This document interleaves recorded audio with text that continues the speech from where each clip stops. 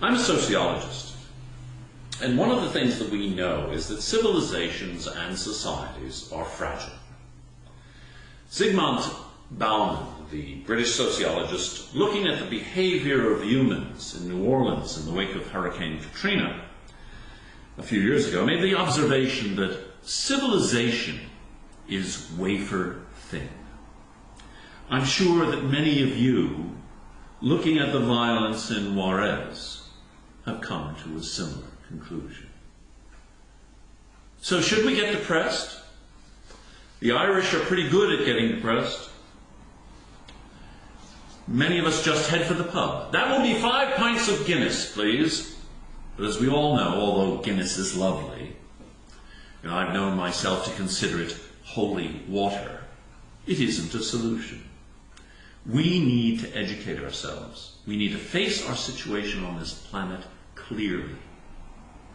And together in solidarity with other humans, we must discuss how to resolve the dilemmas that confront us and then implement solutions.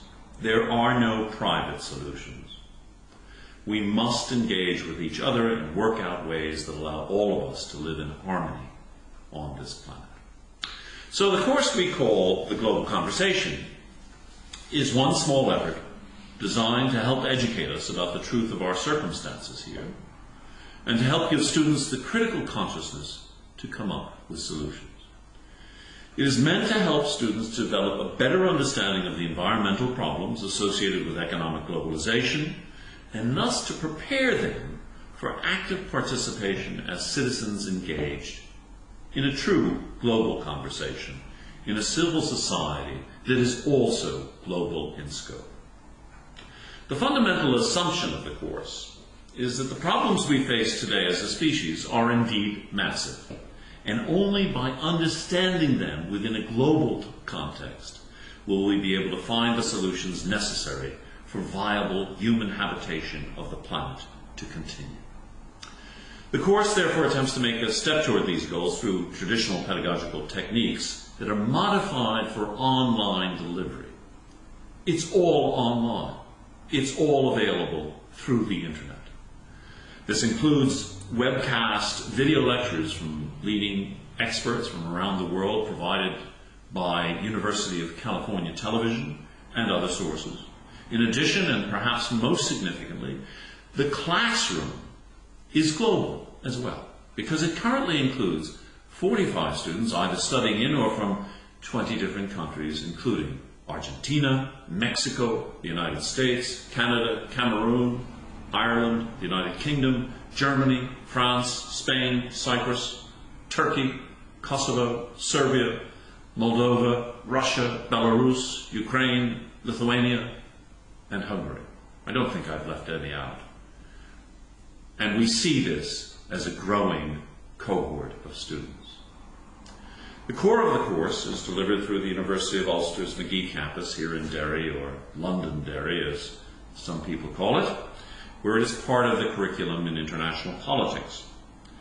And we expect several more universities to join the conversation next autumn, and we are therefore working on Spanish and French versions of the existing course, as well as a unique global conversation that Everett Egginton would coordinate in collaboration with La Universidad Autónoma de Chihuahua, that will focus on peace, justice, and violence.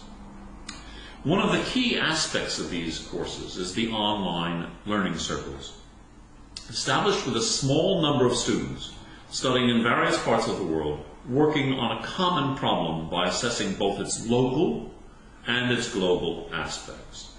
The learning circles work towards completion of a collective project that looks at how specific problems might be addressed given their political, economic, environmental, and social impacts. They deal with these issues by looking at both the local and global manifestation of them. We have 5 learning circles in action this semester with 8 to 10 students in each circle. They all come from different cultures, and they all talk to each other online about the various manifestations of the specific problems in their societies, and then they also address the global context.